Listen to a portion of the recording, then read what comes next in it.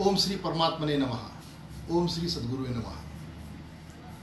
जीवनदर्शन व्यासपीठाच्या आपल्या आजच्या या चिंतनामध्ये मी डॉक्टर विकास बाहेकर बुलढाणा तुम्हा सर्व ज्ञानी साधकांचे मनपूर्वक स्वागत करतो. मागच्या चिंतन वर्गापासून आपण एका विशिष्ट आणि त्यातल्या त्यात थोडासा ज्याला आपण शास्त्रीयदृष्ट्या उंचीचं म्हणतो अशा एका विषयाला हात घातलेला आहे. आणि तो विषय म्हणजे ग्रंथराज श्री विवेक चूडामणी याचं आपलं चिंतन करतो आहोत. शास्त्र जे आहेत मी सुरुवातीला सांगितल्याप्रमाणे शास्त्रातल्या ज्या काही उपयुक्त गोष्टी असतात किंवा जे सिद्धांत असतात ते सामान्य माणसाला सामान्यतः त्याच्या जीवनामध्ये कुठेतरी त्याला अप्लाय करता आले पाहिजे, वापरता आले पाहिजे. आणि ते वापरता आल्यानंतर त्या शास्त्राचं, त्या शास्त्रीय सिद्धांताचं आणि एकंदर त्याचं उपयोजन झाल्यानंतर जीवनामध्ये त्याच्यावर बदल आला तर त्या सामान्य व्यक्तीला सुद्धा शास्त्रावर विश्वास निश्चितपणे राहू शकतो. आणि त्या दृष्टिकोनातून आपण ही गोष्ट जी पाहतो आजकाल, जरी शास्त्रीय ग्रंथ कठीण असला, शास्त्रीय सिद्धांत कठीण असले तरी आपल्याला त्याचा अप्लाइड पार्ट पाहायचा आहे. म्हणून मागच्या वेळी आपण व्यक्तिमत्व उन्नयनाची साधनं पाहिली. म्हणून आज आपला जो विषय आहे तो व्यक्तिमत्व उन्नयनाचे सोपान, म्हणजे कशा पद्धतीने व्यक्तिमत्व उन्नयन होतं आणि ते होत असताना त्याचा प्रवास त्याच्या बाह्यातकारी अंतरात्म्यामध्ये किंवा त्याच्या अंतरामध्ये कशा पद्धतीने बदल पडत जातो, नेमकी प्रक्रिया कुठे होते, कशा प्रकारे प्रक्रिया होते याची त्याला स्वतःला अनुभूती काय येते, अनुभव काय येतो आणि त्या अनुभवातून त्याला उपलब्धी काय प्राप्त होऊ शकते किंवा त्याला त्याची उपयुक्तता काय राहू शकते हे आपल्याला पाहायचं आहे. तर सुरुवातीला आपण व्यक्तिमत्व उन्नयनाचे सोपान जे आहेत की व्यक्तिमत्व कशा पद्धतीने बदलत चालतं, आपण याच्या शास्त्रीय पहिले जी मांडणी ती पाहूया. ती मांडणी पाहिल्यानंतर तशा प्रकारचे लोक तुम्हाला मला समाजामध्ये काही कुठे कुठे आढळतात आणि कशा प्रकारे ते लोक असतात हे आपल्याला पाहायचे. म्हणून या प्रत्येक व्यक्तिमत्वामध्ये आपण कुठे आहोत याचा प्रत्येकाला शोध घ्यायचा आहे आणि तो जिथे असेल तिथून त्याला पुढचा प्रवास करायचा आहे. हे जरी शास्त्रीय टप्पे असले तरी हे टप्पे तुमच्या माझ्या स्वतःच्या जीवनाशी, तुमच्या माझ्या कुटुंबीय, तुमच्या माझ्या स्नेहीजनाच्या, समाजातील तुमच्या माझ्या असलेल्या जितके काही संबंध असतील त्या सर्वांमध्ये अशा प्रकारची व्यक्ती असतात. तशा प्रकारच्या व्यक्तीला आपल्याला तो जर अशा प्रकारच्या पायरीमध्ये खाली असेल तर त्याला वर येण्या दृष्टिकोनातून मार्गदर्शन करणे आणि जर तो आपल्यापेक्षा वर असेल तर त्या पदचिन्हांना आपण स्वतः फॉलो करणे किंवा त्याच्या मागे जाणे आणि त्याच्या पदचिन्हावर म्हणजे चालत जाऊन आपण स्वतःला उन्नत करणे, अशा प्रकारची गोष्ट अभिप्रेत आहे. दुसरी एक महत्त्वाची गोष्ट हे म्हणजे आजपासून ती एक नवीन गोष्ट सुरुवात करणार आहे. मी तुमच्या सर्वांशी संवाद साधतो आणि ते संवाद साधत असताना बऱ्याच गोष्टी ज्या सांगतो ह्या तुम्हाला फक्त त्याची उत्सुकता निर्माण व्हावी अशातला त्यातला भाग नाही, तर तुम्ही सुद्धा त्यातून तो शास्त्रीय दृष्टांत किंवा सिद्धांत पाहण्या दृष्टिकोनातून मी ज्या ज्या ठिकाणी त्याचा अभ्यास केला ते पुस्तकही मी तुमच्यासमोर, ते ग्रंथसुद्धा मी तुमच्यासमोर याच्यापुढे तुम्हाला ओळखीसाठी ठेवणार आहे. आणि म्हणून आपल्याला आता तसा सारखा सहप्रवास करायचा आहे. तर आपण सुरुवातीला या व्यक्तिमत्व उन्नयनाचे जे सोपान आहेत किंवा ज्या पायऱ्या आहेत, कशा प्रकारे व्यक्ती असतात ते आपण पाहायला सुरुवात करू. याचे मूलतः 10 प्रकार आहेत. ज्याला शक्य असेल त्यांनी मला असं वाटतं हे नोंद करून घेतले तरी चालतील. 10 प्रकार आहेत. त्यातला सर्वात पहिली किंवा निम्न स्तरावरचा किंवा ज्याला आपण म्हणू शकतो की त्या टप्प्यावरचा सगळ्यात पहिला जो असतो त्याला पामर म्हणतात. पामर हा शब्द तसा सहानुभूतीपूर्वक वापरतो आपण, की ज्याला काही समजत नाही किंवा असं नाही. पण हा पामर वेगळा आहे.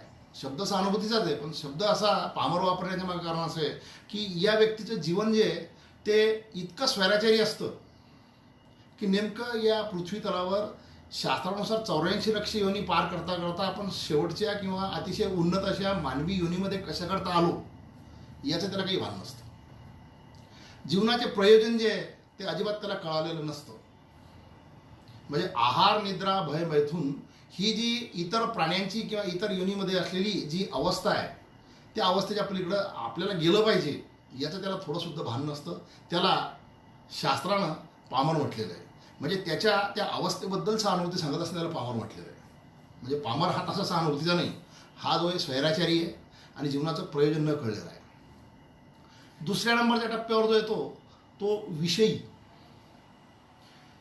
आपल्या देहामध्ये जे आपण पंचज्ञानेंद्रियाचे विषय, पंचज्ञानेंद्रिय जे आहेत त्यातून आपण जो विषय ग्रहण करतो किंवा बाह्यकारी गोष्टीशी आपण जे संलग्न होतो, त्या सर्व विषयाचं तो सातत्यानं सेवन करत असतो किंवा त्या विषयामध्ये तो रमलेला असतो. फक्त त्याला काही प्रमाणामध्ये या पामरापेक्षा स्थलकाल, धर्मनीती याच्या चौकटीमध्ये राहून तो विषय भोगणारा असतो. चैनी म्हणतो आपण त्याला, चैनी, बेछूट. परंतु हा बेछूटपणा जो आहे ना, त्याला काहीतरी समाजाची कुठली तरी बंधन असते, पण तो विषयी असतो. म्हणजे समाजाच्या काही घटनामध्ये, काही याच्यामध्ये त्याचं काही प्रमाणात योगदान सुद्धा राहू शकतं. परंतु हा तसा स्वैराचारीपेक्षा, म्हणजे स्वैराची जाऊ शकतो, पण याला काहीतरी धर्माची, बंधनाची काहीतरी जोड असते. त्यानंतरचा तिसरा मात्र तिथून उन्नयनाच्या दृष्टिकोनातून किंवा आत्मजागृतीच्या दृष्टिकोनातून काहीतरी सुरुवात झालेली असते. म्हणून तिसऱ्या टप्प्यावर जो येतो त्याला म्हणतात संयमी. हा संयमी जो असतो याची स्वतःजवळ स्वकष्टार्जित अशा प्रकारची, म्हणजे सर्व प्रकारची आर्थिक परिस्थिती सबल असते.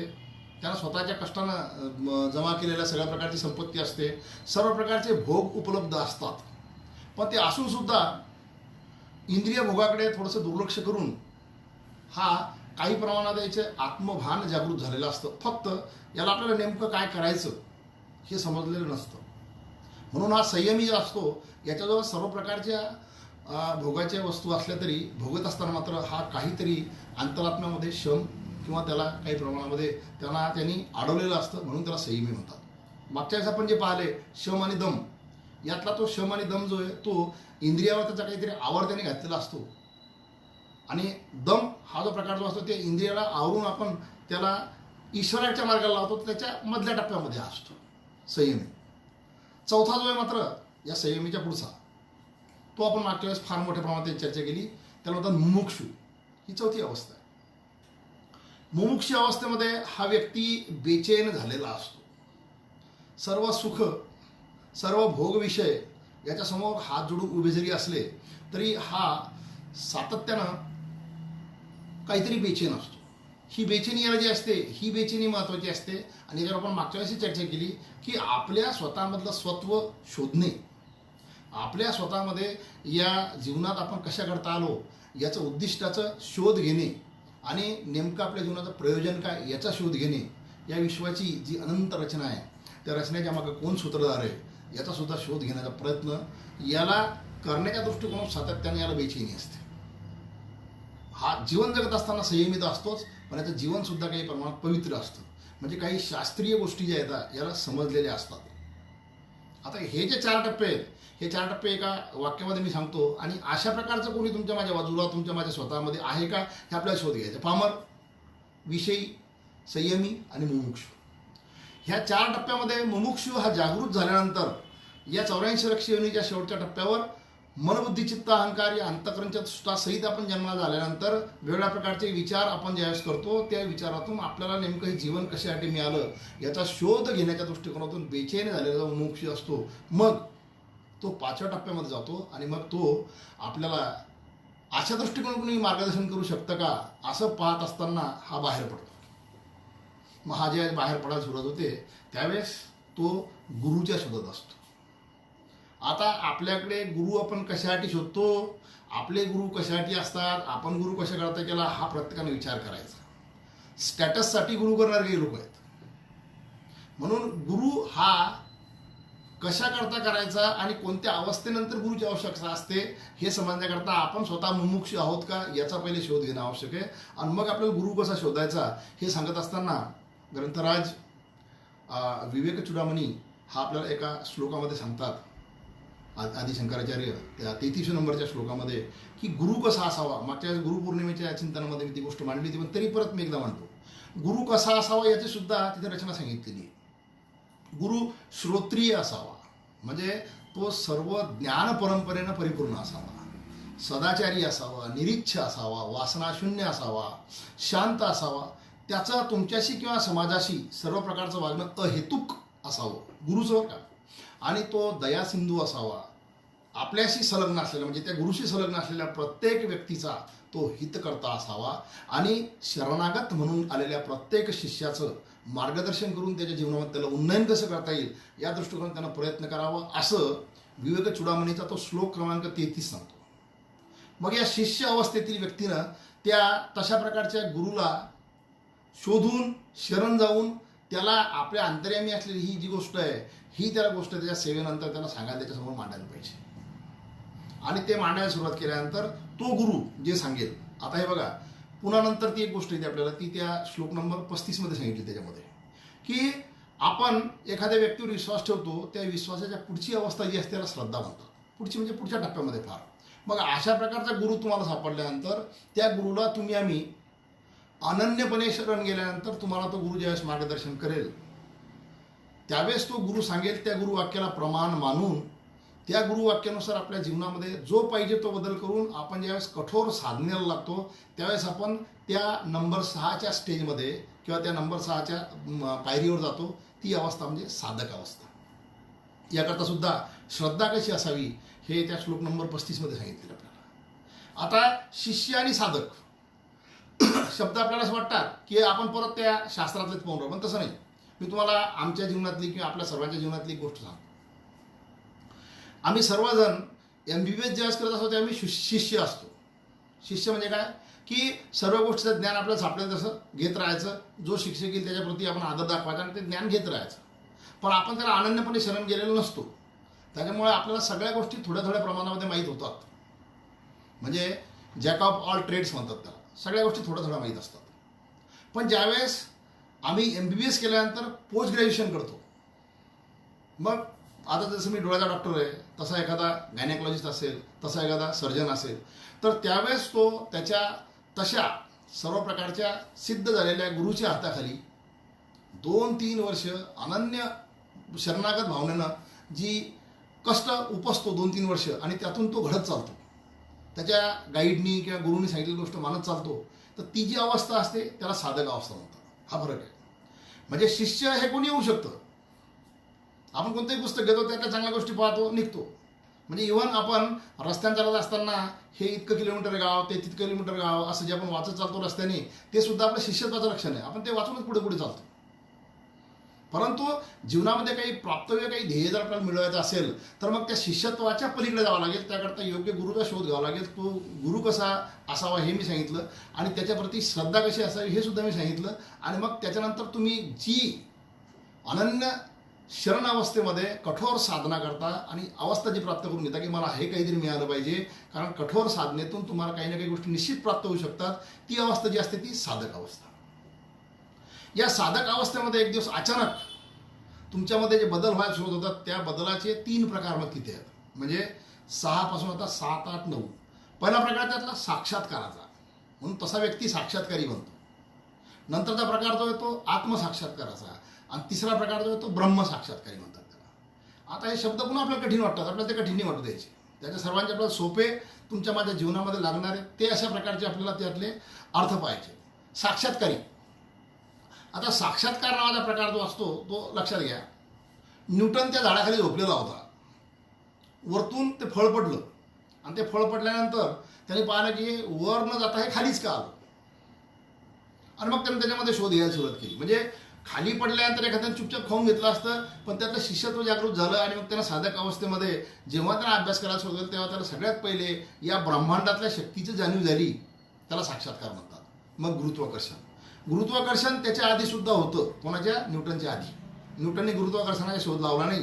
न्यूटनच्या आधी सुद्धा गुरुत्वाकर्षण होतं, परंतु न्यूटननं ते सिद्धांत तुमच्या माझ्यासाठी सामान्य शब्दामध्ये तो प्रूव्ह केला किंवा ते पॉस्ट्युलेट त्यांनी सिद्ध करून दाखवलं. म्हणून या ब्रह्मांडामध्ये ज्या काही शक्ती आहेत, तुम्ही शिष्यत्वातून गुरुच्या शक्तीनं साधक अवस्थेमध्ये जाऊन जेव्हा तुम्हाला या ब्रह्मांडातल्या शक्तीचा कुठेतरी अनुभव कुठेतरी प्रचिती यायला सुरुवात होते तेव्हा समजायचं तुम्हाला साक्षात्कार होऊन झाला आणि तेव्हा तुम्ही साक्षात्कारी अवस्थेमध्ये जाता. साक्षात्कार म्हणजे चमत्कार नाही. चमत्कार आणि साक्षात्कार शब्दात फरक आहे. जी गोष्ट या ब्रह्मांडामध्ये सुप्त अवस्थेमध्ये शक्तीच्या स्वरूपामध्ये आहे तिचं तुम्हाला कुठेतरी अनुभूती किंवा अनुभव किंवा प्रचिती निश्चितपणे यायला सुरुवात होते. ती अवस्था म्हणजे साक्षात्कारी अवस्था. अशी अवस्था तुम्हाला आम्हाला बऱ्याच ठिकाणी जाणवते. ती अवस्था जी असते त्याला आपण कधी कधी म्हणतो टेलिपॅथी. आपण एखाद्या माणसाची आठवण काढतो आणि नेमका त्याचा फोन येतो. ही साक्षात्कारी अवस्था आहे.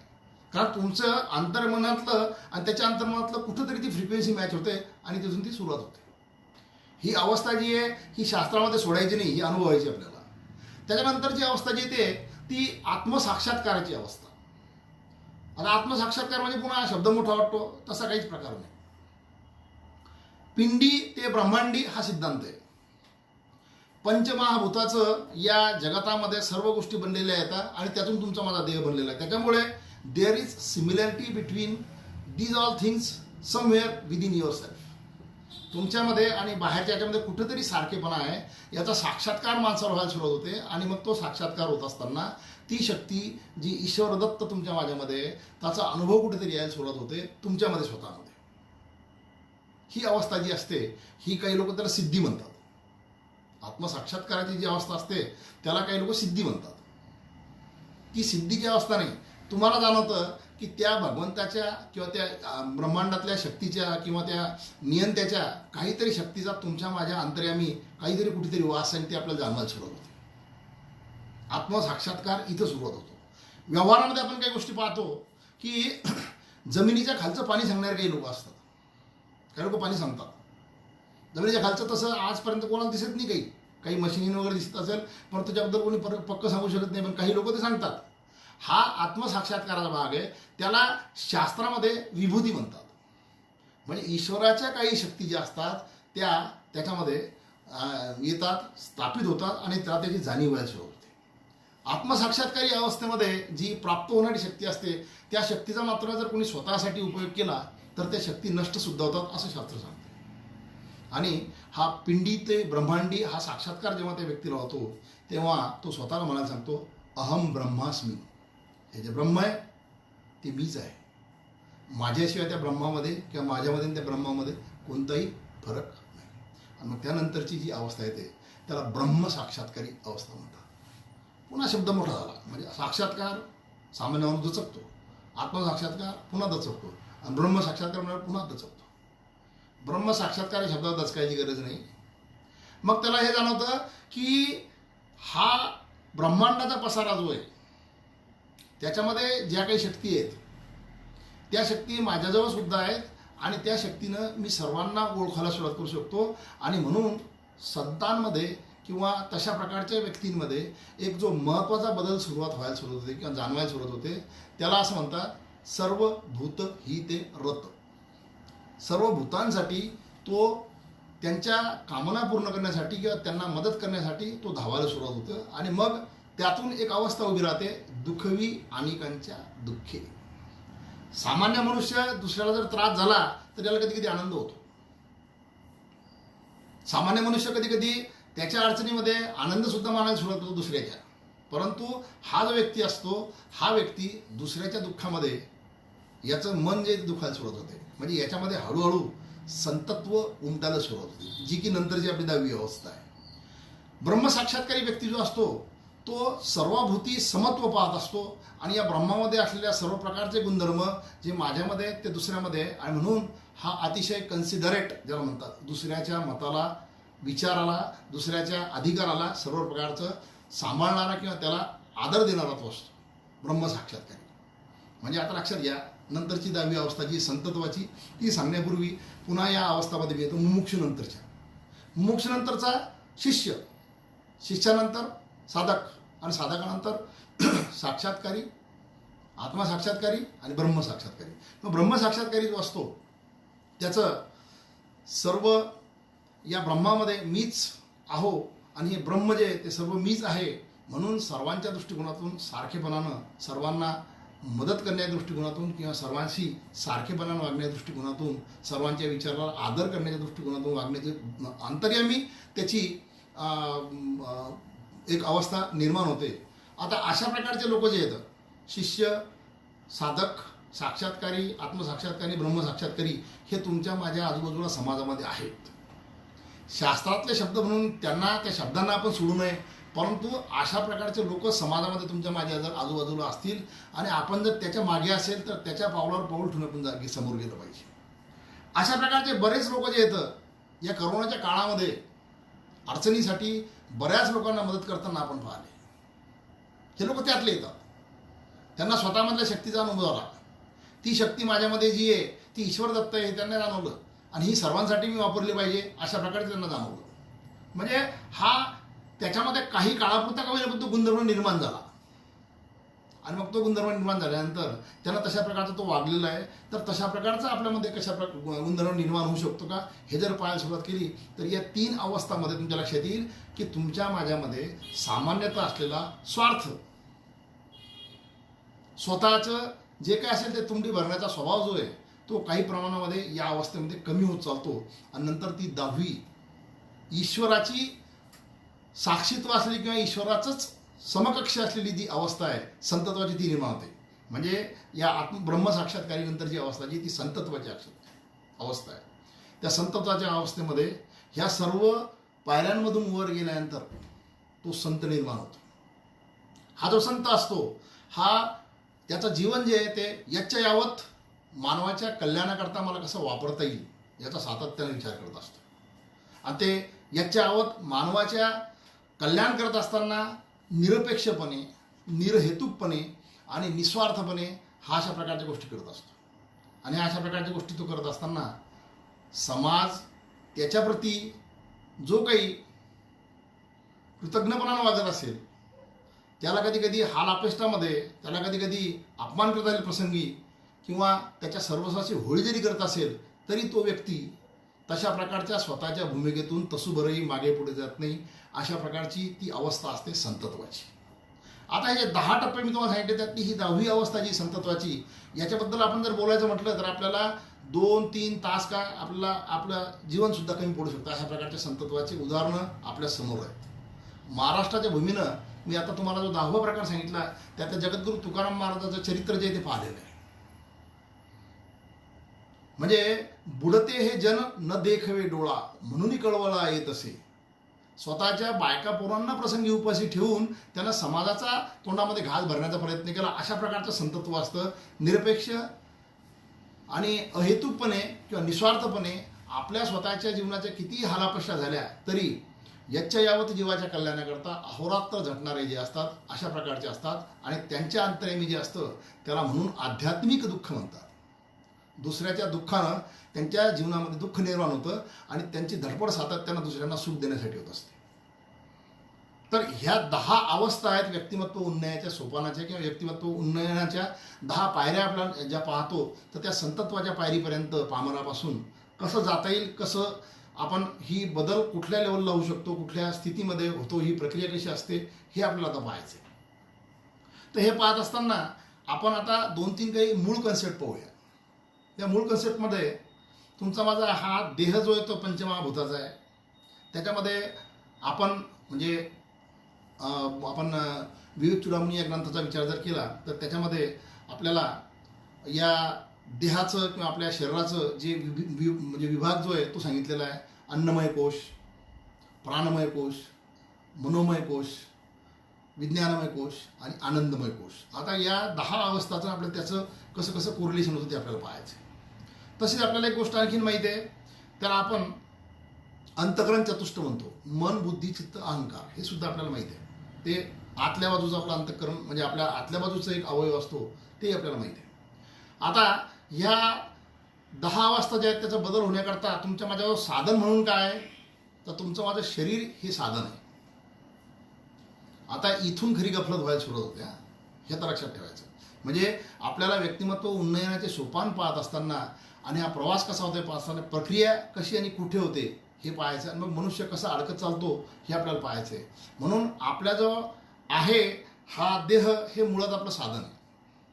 आयुष्याच्या या साधने सच्चिदानंद पदवी घेणे असं जगद्गुरू तुकाराम महाराज एक अभंगात म्हणतात. म्हणून हा देह जो आहे हा साधन आहे. या देहाचं वर्णन जे आहे ते त्या विवेक चूडामणी ग्रंथामध्ये श्लोक क्रमांक 72, 73, 74 या 3 याच्यामध्ये त्यांनी या देहाचं वर्णन केलेलं आहे. तर देहाचं वर्णन करत असताना हा स्थूल देह तुमचा माझा जो बनलेला आहे या स्थूल देहामध्ये हे पंचमहाभूते आप, तेज, गगन, मही, मरुत म्हणजे पाणी ज्याला आपण म्हणतो, जल, वायू, तेज, आकाश आणि एक 5वं तत्व त्यातलं कुठलं तर हे तत्व जे 5 असे त्याच्यामध्ये मिळालेले आहेत. आप, तेज, गगन, मही, मरुत म्हणजे त्यातलं वायू हे आलं 5वं. तर हे जे 5 तत्व जे येतं याच्यापासून आपला हा देह बनतो.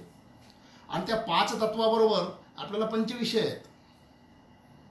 शब्द, रस, रूप, गंध हे त्यातले 5 आपण हे पाहतो पंचविषय. म्हणजे स्थूल देह जो आहे त्या पंचीकरणापासून म्हणजे या पंच महाभूतांपासून या पंचविषयासहित आपल्याजवळ आलेला असतो. हे या उन्नण्याचं साधन म्हणून आपल्याला वापरायचं आहे. आणि मग मागच्या एपिसोडमध्ये आपण ज्या गोष्टी पाहिल्या त्या शम, दम, तितिक्षा वगैरेमध्ये त्यातले 2 महत्त्वाच्या गोष्टी ज्या येतात त्याचं या स्थूल देहावर आपल्याला काही प्रमाणात प्रक्रिया करावी लागत असते. त्यातले 2 महत्त्वाचे घटक म्हणजे विवेक आणि वैराग्य. 69 नंबरचा जो श्लोक आहे तो श्लोक सांगतो की विवेक आणि वैराग्याच्या माध्यमातून तुम्ही तुमच्या जीवनामध्ये सर्व प्रकारचा बदल करू शकता या देहाच्या आधारे. जसं आपण फार पूर्वी एक गोष्ट पाहिली होती त्याच्यामध्ये या व्यक्तिमत्वाच्या अधःपतनाची कारणं जी होती त्याच्यामध्ये काम आणि क्रोध ही 2 कारणं सांगितली होती. पण काम आणि क्रोध ही 2 कारणं जरी असली तरी त्याची उपपत्ती किंवा त्याची पिलावळ जी आहे ती फार मोठी आहे. त्याच्यापासून बऱ्याच गोष्टी निर्माण होतात एकदा तुमच्यात कामना आणि क्रोध निर्माण झाला की. तसं विवेक आणि वैराग्य ह्या 2 गोष्टी जर तुमच्याजवळ असतील तर बऱ्याचशा चांगल्या गोष्टी तुमच्यामध्ये आपोआप निर्माण होतात. विवेक म्हणजे किंवा सारासार विवेक म्हणजे आहे त्या परिस्थितीमध्ये आपल्याला जी गोष्ट चांगली वाटते ती दूरगामी किती चांगली आहे ह्या गोष्टीचा आपण जर सारासार विचार केला तर त्यातून जे एक्स्ट्रॅक्ट आपल्याला मिळते किंवा त्यातून आपल्याला जे उपलब्धी होते त्याला विवेक म्हणतात. प्रसंगी काही नुकसानप्रद वाटणारी गोष्टसुद्धा आपण अंगीकारतो आणि त्यातून आपल्याला दूरगामी काही चांगले परिणाम दिसू शकतात अशा गोष्टीला विवेक म्हणतात. आणि वैराग्य ही गोष्टी तुमच्या इंद्रियाला, तुमच्या पंचज्ञानेंद्रियाला आणि तुमच्या मनाला तुमच्या बुद्धीनं आवर घालून आपण सर्व प्रकारच्या प्रलोभनापासून दूर जाणे याला वैराग्य म्हणतात. आणि ह्या 2 गोष्टी जर साधल्या तर मग बाकीच्या ज्या गोष्टी आहेत तितिक्षा, शमदम, श्रद्धा हे आपोआप होत असतात. म्हणजे जसं कामक्रोधातून वाईट गोष्टी उत्पन्न होतात तशा विवेकवैराग्यातून चांगल्या गोष्टी आपोआप उत्पन्न होतात आणि त्याचं आपल्याला त्या पुढे ॲप्लिकेशन करायचं आहे. असो, श्लोक क्रमांक 88 जो आहे तो स्थूल शरीराचं वर्णन करतो आपल्याला. त्याचं म्हणणं आहे त्या श्लोकानुसार विवेक चूडामणीमध्ये की मागील जन्माचे, आता हे शास्त्र सांगून राहिलो मी, याच्यावर तुमचा विश्वास असावा नसावा याच्याशी आपल्याला काही येणं देणं नाही. तुम्ही विश्वास ठेवावा नका ठेवू, हे शास्त्र सांगतं की आपल्याला हा जो देह प्राप्त होतो हा आपल्या मागील जन्माच्या बऱ्या वाईट कर्माच्या योगाने प्राप्त होतो हा देह. आणि हे देह जो होतो त्याचं पंचीकरण जे म्हटलं म्हणजे पंचमहाभूताचं एकत्रीकरण होऊन आपल्याला या स्थूल भूतापासून हा देह मिळालेला असतो. कारण तसं जर नसतं म्हणजे ह्या शास्त्राच्या गोष्टीला आपण काही गोष्टी प्रूव्ह करू शकतो. तसं जर नसतं तर व्यक्ती तितक्या प्रकृती झाल्या नसत्या. व्यक्ती तितक्या प्रकृतीवर आपण मागच्या वेळेस बोललो पंचमहाभूताचाच देह आहे प्रत्येकाचा, पण त्याच्यामध्ये ज्या प्रकृती आपण पाहिल्या म्हणजे आपण एक कफ प्रकृती पाहिली, एक वात प्रकृती पाहिली आणि त्यानंतर एक पित्त प्रकृती पाहिली. तर पूर्वजन्माच्या तुमच्या असलेल्या कर्माच्या आधारे त्याचं वर्गीकरण होऊन त्या प्रकारचा वासनापुंजाळ ज्या देहामध्ये राहील तशा प्रकारचा देह निर्माण होतो. म्हणजे पंचीकरण जरी होत असलं तरी तशा प्रकारचे भोग भोगण्याच्या दृष्टिकोनातून तो देह तुम्हाला प्राप्त झालेला असतो. ही प्रत्येक गोष्ट याच्यातली बारकाईने आपल्या लक्षात ठेवायची. आणि म्हणून त्या श्लोकामध्ये एक शब्द वापरलेला आहे 88 नंबरच्या श्लोकामध्ये, भोगायतन शब्द कोणता वापरलेला आहे? भोगायतन. म्हणजे त्या जीवात्म्याचे, त्या देहामध्ये आलेल्या जीवात्म्याचे सुखदुःख भोगण्याचे ठिकाण म्हणजे हा पंचमहाभूताचा देह आहे. आता ही गोष्ट लक्षात घ्या. म्हणजे तुम्हाला मला मिळालेला स्थूल देह हा स्थूल देह नसून त्या पंचमहाभूताचं पंचीकरण आहे. आणि तो कशाकरता मिळाला आणि कशापासून मिळाला तर तुमचं जसं काही कर्म असेल त्यानुसार तो मिळालेला आहे. आणि त्यानुसार तो त्या तुमच्या एकंदर असलेल्या सुखदुःखाचं भोग घेण्याचं स्थान ते आहे. तुमच्या एकंदर त्या 83 लक्ष किंवा मागच्या योनीमधून तुम्हाला जे काही मिळाले असेल त्याच्यानुसार, म्हणून याला भोगायतन म्हटलेलं आहे. म्हणून हा देहाभिमानी जीव जो असतो आपला तो त्या ठिकाणी त्या सर्व गोष्टी अशा भोगत असतो. आता इथे आपल्याला आणखीन एक महत्त्वाचा कन्सेप्ट समजून घ्यायचा आहे. तो आपण सामान्यमध्ये पाहतो 3 अवस्थामध्ये आपण जगतो. एक त्यातली जागृत अवस्था, त्यातली दुसरी स्वप्न अवस्था आणि तिसरी अवस्था जी असते ती आपले गाढ निद्रा किंवा सुषुप्त अवस्था म्हणतात. चौथी एक तुरीय अवस्था आहे. त्या तुरीय अवस्थेबद्दल आपण नंतर चर्चा करू. पण ह्या 3 अवस्था आपल्याला समजून घेणार आहेत. तर मग आता सामान्यपणे आता हे कन्सेप्ट पूर्णपणे लक्षात आला पाहिजे पंचमहाभूताचा आणि पंचज्ञानेंद्रियाच्या दृष्टीनं विषय भोगणारा जो देह असतो, तो देह ह्या सर्व गोष्टीचा अनुभव जागृत अवस्थेमध्ये घेत असतो. म्हणून हा तुमचा माझा देह जो आहे, हा देहाभिमानी असलेल्या जीवात्म्याचं जे काही ठिकाण आहे, किंवा जीवाचं जे ठिकाण आहे, त्याचा अनुभव फक्त तो जागृत अवस्थेमध्ये घेत असतो. म्हणून जो व्यक्ती, आता हा कन्सेप्ट लक्षात घ्या, जो व्यक्ती या देहाच्या दृष्टिकोनातून आनंद देणाऱ्या गोष्टी प्राप्त करण्याचा प्रयत्न करतो आणि त्यालाच तो सत्य समजायला सुरुवात करतो, तो त्या पहिल्या 3 टप्प्यात येतो. पामर, विषयी, संयमी. मुमुक्षू त्याच्या पुढे व्हायला सुरुवात होते. म्हणजे या 3च, म्हणजे या वरच्या टप्प्यावर, म्हणजे देहाच्या स्थूल अवस्थेवरच जो स्वतःच्या जीवनाचं, त्याला तो आनंद म्हणतो, तो आनंद नसतो. आनंद शब्द पुढे येणार आपला. त्या देहाच्या ठिकाणी अनुभवास येणाऱ्या गोष्टीलाच तो सर्वस्व मानायला सुरुवात करतो. तो त्या पहिल्या 3 टप्प्यामध्ये येतो. आता इथून प्रत्येकानं आपल्या स्वतःसाठी कसोटी लावायची, लक्षात ठेवा. ते त्या 3 अवस्थेमध्ये, त्या पहिल्या 3 टप्प्यामध्ये येतात. पामर, विषयी आणि संयमी. हा तिथेच असतो. त्याचे सगळे अनुभव तिथेच असतात आणि ते त्याला जागृत अवस्थेमध्येच भेटतात. आता जागृत अवस्थेमध्ये त्याला जर ते अनुभव येत असतील, तर तसा व्यक्ती ज्यावेळेस दारू पिऊन बेहोश होत असेल, तेव्हा त्याचा अनुभव शून्य होऊन जातो, लक्षात ठेवा. म्हणजे ज्यावेळेस असा देहाभिमानी व्यक्ती किंवा देहाच्या भरोश्यावर स्वैराचार करणारा व्यक्ती ज्यावेळेस दारू पिऊन बेहोश होतो, त्यावेळेस त्याचा अनुभव शून्य होतो. तर ती अवस्था त्याची नाही. जीवात्म्याला त्याच्यातून आनंद मिळत नाही. म्हणजे असा उलटा प्रकार तिथं होतो. मग आता नंतरची गोष्ट, नंतर जे आहे तो एक श्लोक त्याच्यामध्ये 96 क्रमांकाचा आहे. त्याच्यामध्ये तुमच्या माझ्या या स्थूल देहाच्या आत कार्यरत होणाऱ्या आणखीन 2 टप्पे आहेत. हा स्थूल देह झालं, हे झालं तुमचं स्थूल शरीर किंवा स्थूल देह पंचमहाभूताचा. त्याच्या आतमध्ये गेल्यानंतर एक सूक्ष्म देह किंवा लिंगदेह तयार होतो. तो लिंगदेह असतो. आता याचे टप्पे लक्षात घ्या किंवा याचं एकंदर कंपोजिशन पहा. पंचज्ञानेंद्रिये, पंचकर्मेंद्रिये, पंचप्राण. पंचप्राणसुद्धा म्हणजे तो प्राणमय कोश, तो त्या म्हणजे प्राण, अपान, व्यान, उदान आणि समान, हे पंचप्राण त्यातले.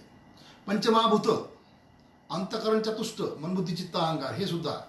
आणि अविद्या म्हणजे त्या जीवानं पहिल्या आतापर्यंतच्या जन्मामध्ये किंवा जन्माच्या फेऱ्यामध्ये जे जे काही बरं वाईट केलं असेल ते सर्व, त्यातलं वाईट त्या विद्येमध्ये येतं. काम म्हणजे कामना त्या सर्व जीवांची, आणि त्यानं केलेले कर्म, या सर्वांचं मिळून जो शास्त्रामध्ये एक कन्सेप्ट तयार होतो, त्याला लिंगदेह किंवा सूक्ष्मदेह म्हणतात. या स्थूल देहावर जे काही बरे वाईट परिणाम आपल्याला दिसतात किंवा वागण्यामधले जे काही बरे वाईट आपल्याला म्हणजे स्पेक्ट्रम दिसतात, ते त्या सूक्ष्मदेहाचं वागणं असतं. मनुष्य त्या पद्धतीनं वागत असतो. म्हणजे मनुष्य म्हणून वागत असताना आपल्याला कसं वागायचं हे समजून घेण्याकरता फार मोठा विवेक लागतो.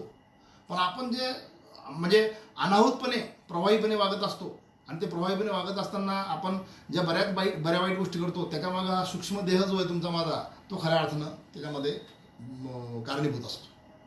आणि त्या या सूक्ष्म देहामध्ये मनबुद्धी चित्त अहंकारापैकी ही बुद्धी जी आहे तुमची, ही खऱ्या अर्थानं तिथे स्वामी असते.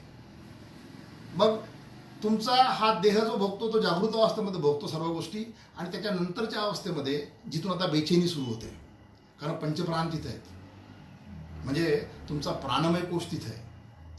जी बेचैनी लागायला सुरुवात होते, आपण मुमुक्षत्वाची बेचैनी पाहिली, शिष्यत्वाची बेचैनी पाहिली गुरुच्या शोधामध्ये, आणि गुरुनं सांगितल्यानंतर साधकावस्थेमध्ये काही प्राप्त करण्याची बेचैनी पाहिली. या सगळ्याच्या मागे कारणीभूत असलेला जो आहे तो तुमचा हा लिंगदेह आहे. कारण त्याच्यामध्ये पंचप्राण आहेत, त्याच्यामध्ये मनबुद्धी चित्त अहंकार आहे. आणि म्हणून तो अशा वेगवेगळ्या प्रकारच्या कल्पना, त्या कल्पनाला मूर्त स्वरूप देण्याकरता, त्या संकल्पना सिद्ध करण्याकरता आव्यात या देहाकडून मेहनत अशा प्रकारचं करत चालत असतो. आणि त्या सर्व प्रकारच्या कल्पना त्याच्यामध्ये जे उमटतात, ती अवस्था जी असते ती स्वप्न अवस्था असते. म्हणून स्वप्नामध्ये आपण कोणतेही खेळ करतो, स्वप्नामध्ये आपण कोणत्याही गोष्टी करतो, पण तिथं अजून एक गोष्ट आलेली नसते जी साक्षात्कारापासून सुरुवात होते. तिथं अजूनही आत्मा लिप्त झालेला नसतो. तिथं अजूनही आत्मा दूर असतो. तो त्या साक्षात्कारी अवस्थेमध्ये आपल्याला सापडतो. त्याच्यापर्यंतच्या याच्यामध्ये हा तुमचा मनबुद्धी चित्त अहंकाराचा भाग जो आहे, तो सूक्ष्म देहाच्या माध्यमातून या स्थूल देहाला जे पाहिजे तशा प्रकारचा प्रभावीपणा करायला सुरुवात करतो. आणि त्याच्यामध्ये जर विवेक आणि वैराग्य असेल तर मुमुक्षू, शिष्य आणि साधक या अवस्थेमध्ये त्याचं उन्नयन व्हायला सुरुवात होते. कारण स्वप्नामध्ये जे असतं ते सर्व प्रकारचं पाहून आपल्याला मोठं व्हायचं आहे. आपले माजी आदरणीय राष्ट्रपती अब्दुल कलाम साहेब नेहमी म्हणायचे की अशा प्रकारचं स्वप्न पहा जागृत अवस्थेमध्ये की ज्यात तुमची झोप उडाली पाहिजे. ही अवस्था आहे. सूक्ष्म देहामध्ये तुमच्या अशा प्रकारची काही प्रक्रिया झाली पाहिजे की त्या प्रक्रियेतून तुम्ही त्या पहिल्या 3 झोपलेल्या अवस्थेतून पुढच्या 3 अवस्थेमध्ये आले पाहिजे. की तुमच्यामध्ये अशा प्रकारचं एक तेज निर्माण झालं पाहिजे, अशा प्रकारची एक शक्ती निर्माण झाली पाहिजे. आणि ती शक्ती निर्माण करत असताना पंचज्ञानेंद्रिय, पंचकर्मेंद्रिय, पंचप्राण हे बेचैन झाले पाहिजे. पण पंचज्ञानेंद्रिय आणि पंचकर्मेंद्रिय जर तुमचे आपण ज्याला म्हणतो विवेक वैराग्याचं सोडून जर समजा विषयाकडे जायला सुरुवात झाली तर आपली अवस्था पुन्हा तशी बिकट होईल किंवा आपण पुन्हा त्या पहिल्या अवस्थेमध्ये जाऊ. म्हणून तुम्हाला मला ही प्रक्रिया होत असताना या सूक्ष्मदेहाच्या ठिकाणी, आता लक्षात घ्या, या सूक्ष्मदेहाच्या ठिकाणी प्रक्रिया सुरुवात होते. जे आपण विश्लेषण करत असताना गोष्ट मांडली की व्यक्तिमत्व उन्नयन नेमकं कुठं होतं, तर व्यक्तिमत्व उन्नयन हे पुस्तकात नाही होत. व्यक्तिमत्व उन्नयन त्या क्लासेसमध्ये होत नाही. तुम्हाला कोणी पर्सनॅलिटी डेव्हलपमेंटचे धडे देऊ शकत नाही जोपर्यंत या लिंगदेहाच्या स्टेजमध्ये असलेले पंचज्ञानेंद्रिय, पंचकर्मेंद्रिय, पंचप्राण आणि पंचमहाभूत याच्याशी तुमचं अंतःकरण चतुष्ट सर्व प्रकारचं विवेक वैराग्यानं त्याला बदलण्याचा, सातत्यानं चांगुलपणा दाखवण्याचा, योग्य दिशा दाखवण्याचा प्रयत्न करत नाही तोपर्यंत तुमची माझी कोणतीही अवस्था बदलत नाही. आम्हाला जमत नाही, आम्हाला जमत नाही असं सगळेजण म्हणतात कारण ते त्या लेवलला प्रयत्न करत नाहीत. त्या लेवलला प्रयत्न करणं आवश्यक आहे. म्हणून तिथं तुमची बुद्धी जी आहे ती मालक असते. म्हणून स्वप्न अवस्था जी आहे ती त्या लिंगदेहाची असते. म्हणून इंटरप्रिटेशन ऑफ ड्रीम्स हे हा एक ग्रंथ आहे. त्या ग्रंथामध्ये ह्या गोष्टी मांडलेल्या आहेत. तुम्हाला ज्या प्रकारचे स्वप्न पडतात तेव्हा तुमचं व्यक्तिमत्व ओळखलं जातं असं मानसशास्त्रज्ञ सांगतात. त्या मानसशास्त्रज्ञांनी ही गोष्ट जी सांगितलेली आहे ती याच्याहून सांगितलेली. कारण काय की तुम्ही कशा प्रकारचे व्यक्ती बनू शकता हे तुमचं स्वप्न सांगतं. दुर्दैवानं तुम्हाला मला तुमची माझी स्वप्न आठवत नाहीत कारण ती अवस्था तशी असते की त्या अवस्थेमध्ये आपण म्हणजे इंटरमिजिएट स्टेजमध्ये असतो. पण ती अवस्था जर तुमची योग्य दृष्टीनं दिवसा विचार केल्यानंतर त्या प्रकारचं विचारतो तुम्ही अंतर्यामी घालायला सुरुवात केली तर निश्चितपणे तुम्हाला फरक पडेल. पण त्याकरता इंद्रिय जे आहे ते दिवसभर ते कसे वापरले पाहिजे आपल्याला समजलं पाहिजे. तुमचा प्राण कशाकरता कासवायस होतो हे तुम्हाला समजलं पाहिजे. पंचमहाभूत विचार जे आहेत ना जिकडं वागवतील तिकडे जातात. अंतःकरण चतुष्टय मात्र त्यावर सत्ता असते. मन त्यातलं दूर करून बुद्धीनं त्याच्यावर साम्राज्य केलं पाहिजे तर ही गोष्ट होऊ शकते. म्हणून लिंगदेह हा तुम्हाला तुमच्या व्यक्तिमत्व त्या पहिल्या 3 टप्प्यापासून दुसऱ्या 3 टप्प्यामध्ये आणू शकतो. म्हणजे जो स्थूल देहामध्ये आपण पाहिला पामर, विषयी आणि संयमी तो लिंगदेहाचा विचार जर योग्य पद्धतीने झाला तर शिष्य, साधक आणि तिथपासून तो मुमुक्षू, शिष्य आणि साधक या 6 टप्प्यापर्यंत निश्चितपणे जाऊ शकतो. नंतरचे 4 टप्पे, ते 4 टप्पे जे येतं जर योग्य मार्गी हा लिंगदेह वापरला गेला तर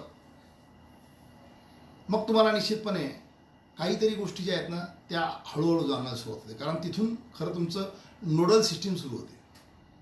कारण या अंतःकरण चतुष्टाच्या मागे जो कुटस्थ आत्मा बसलेला आहे तो आत्मा म्हणजे त्या परमात्म्याचं तुमच्याशी असलेलं संधान किंवा अनुसंधान किंवा रिलेस्टेशन आहे. म्हणजे आता व्यक्तिमत्वामध्ये स्थूल देहातून या सूक्ष्मदेहामध्ये आणि सूक्ष्मदेहातून तुम्ही जर त्या आत्म्याच्या मार्गाने जर परमात्म्याचे संधान साधण्याचा प्रयत्न केला तर साक्षात्कारी आत्मा, साक्षात्कारी आत्मा शब्द आला आणि ब्रह्म साक्षात्कारी ही गोष्ट येते. साक्षात्कारी म्हणजे जाणवलं की जे माझ्यामध्ये ते तुझ्यामध्ये आहे म्हणजे ईश्वरामध्ये माझी त्याची शक्ती सारखी आहे हे जेव्हा जाणवतं त्यावेळेस म्हणजे हा साक्षात्कार झाल्यानंतर आत्मसाक्षात्कार म्हणजे माझ्या अंतर्यामी असलेली त्या आत्म्याची शक्ती त्या ईश्वरा इतकीच आहे हे जाणवायला सुरुवात होते. आणि मग माझ्याजवळ असं आहे तर म्हणजे सर्वांजवळ सुद्धा आहे.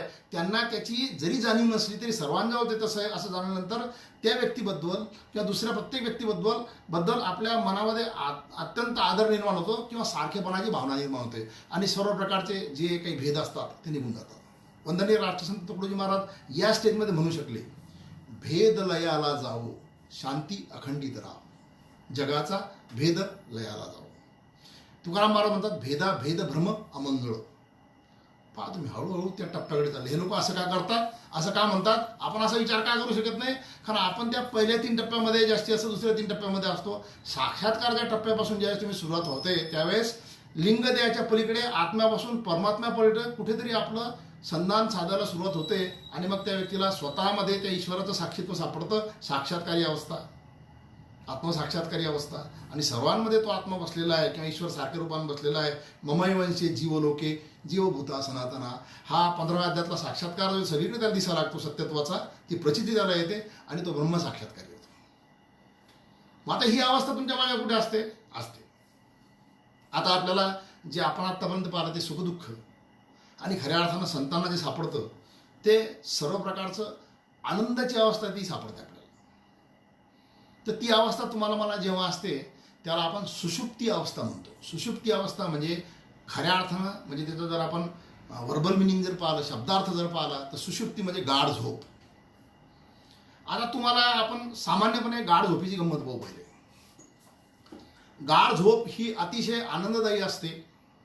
गाढ झोप झाल्यानंतर तुमच्या शरीराची, तुमच्या मनाची, तुमच्या विचाराची, तुमच्या बुद्धीची जी काही झीज झालेली असेल ती भरून निघते. आपल्याला अतिशय ताजंतवानं वाटायला सुरुवात होते. आमच्या बायोलॉजीमध्ये, मेडिकल सायन्समध्ये ग्रोथ हार्मोन नावाचं जे हार्मोन आहे, सर्व प्रकारचं वाढ करणार ग्रोथ हार्मोन, याचं सर्वात जास्त सिक्रेशन झोपेमध्ये होतं. आता ह्या 3-4 गोष्टी आपण फिजिकल जर पाहिल्या, समजा आपल्याला इथं जाणवतं आपल्या सगळ्या ठिकाणी, मग ती अवस्था जी खऱ्या अर्थानं त्याला आनंद अवस्था म्हणतात. मग आता मला सांगा तुम्ही की आपल्याजवळ जागृत अवस्थेमध्ये आपण जे काही खानपान करतो, जे काही अनुभव घेतो, त्याला आपण चांगलं म्हणतो, त्याला आपण आनंद म्हणतो. पण आनंद अवस्था ही सातत्यानं टिकणारी असते. मग आपण जी गोष्ट खाल्ली ती काही वेळानंतर जर नष्ट होत असेल किंवा त्याचा आनंद नष्ट होत असेल तर तो आनंद नाही, ते तितक्या काळापुरतं जिव्हेचं किंवा कानाचं सुख आहे. स्वप्नावस्था आपल्याला पकडातच येत नाही. आणि निद्रा जी असते, सुषुप्ती, त्याच्यामध्ये आपण खऱ्या अर्थानं आनंद घेतो, पण आपण काय केलं हे आपल्याला जाणवत नाही. मात्र मी एकदम फ्रेश झालो बा झोप झाल्यानंतर, मला एकदम चांगलं वाटायला लागलं, माझी तब्येत आता चांगली. काही आजारी लोक झोपून उठल्यानंतर चांगलं वाटतं म्हणतात. म्हणजे तुमच्या मनाची, बुद्धीची, विचाराची, शरीराची सगळी झीज जी आहे ती त्यात भरून निघते झोपेमध्ये. पण झोपलेला काळ आपला निघून जातो. मग आता एक महत्त्वाचा फरक लक्षात घ्या. सामान्य जे आपण 9 टप्पे पाहिले त्या 9 टप्प्यामध्ये आणि संतत्वामध्ये, संत हे सातत्यानं आनंदाच्या अवस्थेमध्ये असतात. म्हणजे आपण जो झोपेमध्ये अनुभव घेतो, जो आपल्याला येत नाही पण त्याला आनंद म्हणतात, ते 24 तास घेत असतात. मग पहा किती भाग्यवान आहे. तुकाराम महाराजांचा अभंग आहे, आनंदाची डोही आनंद तरंग, आनंदाची अंग आनंदाची. लक्षात आलं तुमच्या? ही गोष्ट खरी आहे. आनंदाची डोही आनंद तरंग ही अवस्था आपल्याला अनुभवल्याच जात नाही. कारण का आपण झोपलेलो असतो तेव्हा आपल्याला आनंद असतो. झोपेमध्ये तुम्हाला कोणतंही दुःख नाही, झोपेमध्ये तुम्हाला कोणताही सुख नाही, झोपेमध्ये तुम्हाला कोणत्याही इंद्रियाची वासना नाही, झोपेमध्ये तुमचाही कोणताही प्राण कासावीस होण्याची गरज नाही. कासावीस झाले की उठणार तुम्ही. म्हणजे तुमच्या सर्व प्रकारच्या ज्या काही इच्छा, आकांक्षा, जो काही तुम्हाला या भूतलावर व्यवहारामध्ये त्रास देणारी गोष्ट असेल, कर्ज असो, काही असो, त्या कशाचीही तुम्हाला कोणती तमा न राहता जो व्यक्ती झोपलेला आहे, कोणत्या गोष्टी त्याला आठवण राहत नाही, कोणत्या गोष्टीचा अनुभव नाही, कोणत्या गोष्टीची अनुभूती नाही, फक्त तो झोपलेला आहे, ती अवस्था सातत्यानं अनुभवतात संत. आणि म्हणून ते विचार करू शकतात त्यांच्या स्वतःचा आनंद दुसऱ्याला वाटण्याकरता. सेवितो हा रस वाटितो आनिका, जगाच्या कल्याणा संताच्या विभूती. म्हणजे जी आपण जागृत अवस्था, जी आपण स्वप्न अवस्था, जी आपण सुषुप्ती अवस्था पाहतो, त्यातली सुषुप्ती अवस्था ही आनंद अवस्था आहे. आणि ती आनंद अवस्था संतांना सातत्यानं प्राप्त झालेली असते. कारण आता लक्षात घ्या, कारण इंद्रियजन्य सुख जे येतं त्या सुखाला या देहाच्या पलीकडं कोणत्याही गोष्टीमध्ये स्थान नाही हे त्यांना जाणवलं असतं. म्हणून त्यांच्यामध्ये विवेक आणि वैराग्य सातत्याने जागृत असतं. पहिली गोष्ट. स्वप्नावस्थेमध्ये बुद्धी जरी जागृत असली आणि वेगळ्या प्रकारच्या कल्पना दाखवत असली तरी त्या सर्व गोष्टी आत्म्याशी संलग्नित न झाल्यामुळे किंवा आत्मा त्याच्याशी लिप्त नसल्यामुळे किंवा आत्मा तिथं साक्षीभूत असल्यामुळे, आत्मा तिथे लिप्त नसल्यामुळे त्या सुद्धा उपयुक्त होऊ शकत नाही हे सुद्धा त्याला जाणवले असतं. म्हणून तो आनंद अवस्थेमध्ये जातो तिसऱ्या. आणि ती अवस्था आत्म्यापासून परमात्म्याकडे जाणारी असते. संतत्वाची अवस्था जी असते ती तशी असते. त्याच्यामुळे त्यांची बुद्धी जी असते ती तल्लक असते, अलौकिक असते. आपण विचार करतो सातत्यानं, ज्ञानेश्वर महाराजांनी असं कसं काय लिहिलं, वयाच्या 15व्या वर्षी ज्ञानेश्वरी कशी लिहिली. वयाच्या 34व्या वर्षी अशा प्रकारचे प्रकरण ग्रंथ किंवा अशा प्रकारचे भाष्य करून आदिशंकराचार्य कसं काय करू शकले? जगद्गुरु तुकाराम महाराजांनी अशा प्रकारचे अभंग का लिहिले, कसे लिहू शकले? आनंद अवस्था. आनंद अवस्थेमध्ये तुमच्या अंतर्यामी येणारी प्रत्येक गोष्ट जी असते ती तुमची माझी बुद्धी आपण ज्याला म्हणतो, तुमची माझी प्रतिभा, तुमची माझी विद्वत्ता, त्याच्या पलीकडे प्रज्ञा आणि ती ऋतंबराची अवस्था असते, त्या अवस्थेमध्ये ते असतात. आनंदाच्या अवस्थेमध्ये ही बुद्धी जी आहे तुमची नसते, ती ईश्वराची असते, ती अलौकिक असते. साक्षात सरस्वती तिथं वास करत असते. त्यामुळे कोणत्याही प्रकारचा प्रयत्न न करता ते आपोआप तिथून होत असतं. मग सकल शास्त्र स्वयंभे स्त्रवती मुखे. तिथं वयाची अवस्थेची कोणतीही अट नसते. मग सर्व प्रकारचे शास्त्र तिथं आपोआप निघत असतात. म्हणून संतांनी लिहिलेलं, संत म्हणजे आता हा म्हणतो त्या 10व्या स्टेजमधला किंवा 10व्या कोटीमधला तो व्यक्ती, त्या याच्यामधला जो व्यक्ती जगाच्या कल्याणात जो सर्व करतो, तशा प्रकारचा संत की जो या अखंड आनंदाच्या अवस्थेमध्ये, जो म्हणू शकतो आनंदाचे डोळे आनंद, त्यानं लिहिलेले प्रत्येक वस्तू जी असते किंवा हे जे असते ते अक्षर म्हणजे कधीही नष्ट न होणार अशा प्रकारचं संत साहित्य निर्माण होतं. तुम्ही आम्ही साधारण फुटकळ कविता करतो. तुमच्या वादातले कधी कधी अंतर्यामी ज्यांचा अंतःकर चतुष्ट काही प्रमाणामध्ये कल्पना करतात, चांगल्या कल्पना मांडल्या जातात, ते सुद्धा त्या लिंगद्याच्या माध्यमातून ते त्या मध्यम याच्यामध्ये येतं साक्षात्काराच्या दृष्टिकोनातून. परंतु संतांचं साहित्य जे असतं ते असं खलित आनंदाचं अक्षर आणि ईश्वर निर्मित असतं.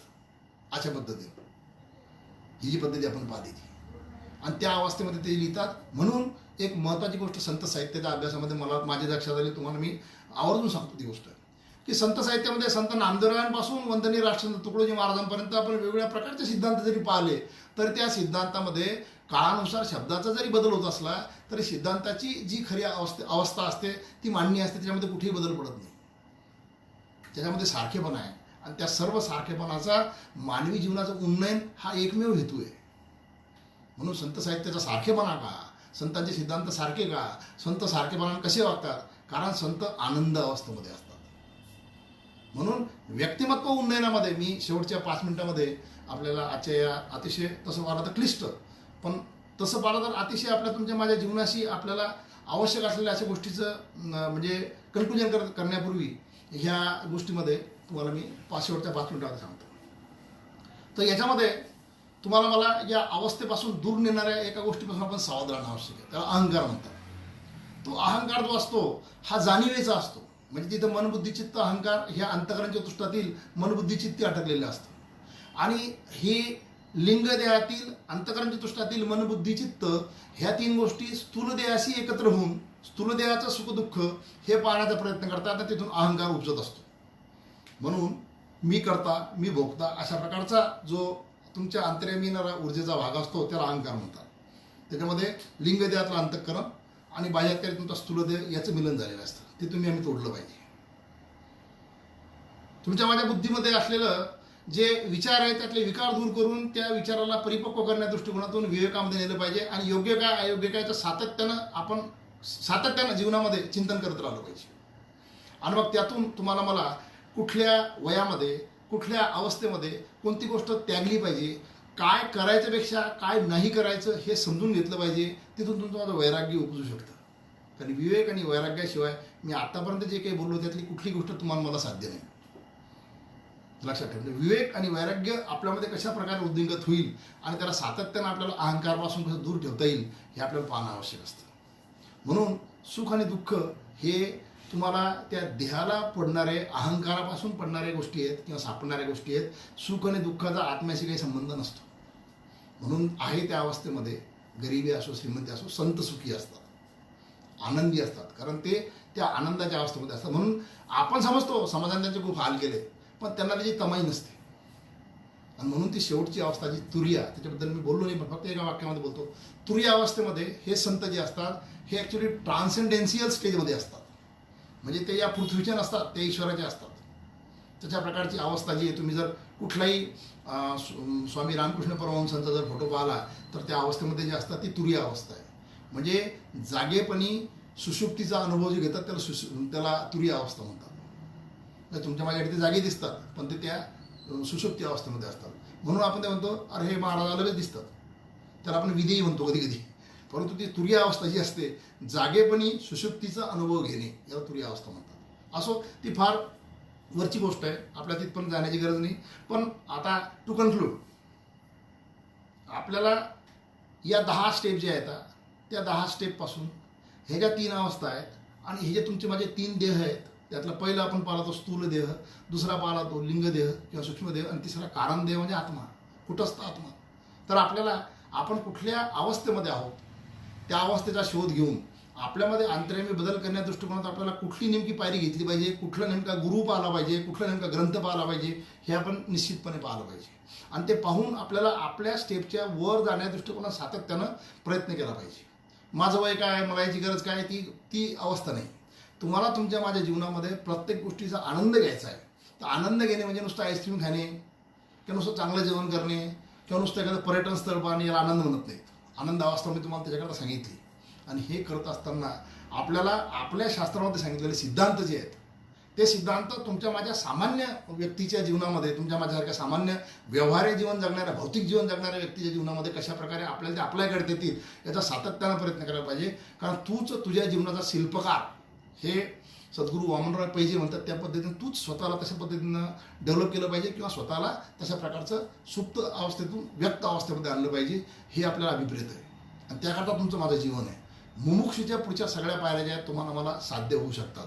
याकरता मी जसं सुरुवातीला तुम्हाला सांगितलं त्या पद्धतीनं आज मी तुम्हाला एका पुस्तकाची ओळख करून देणार आहे.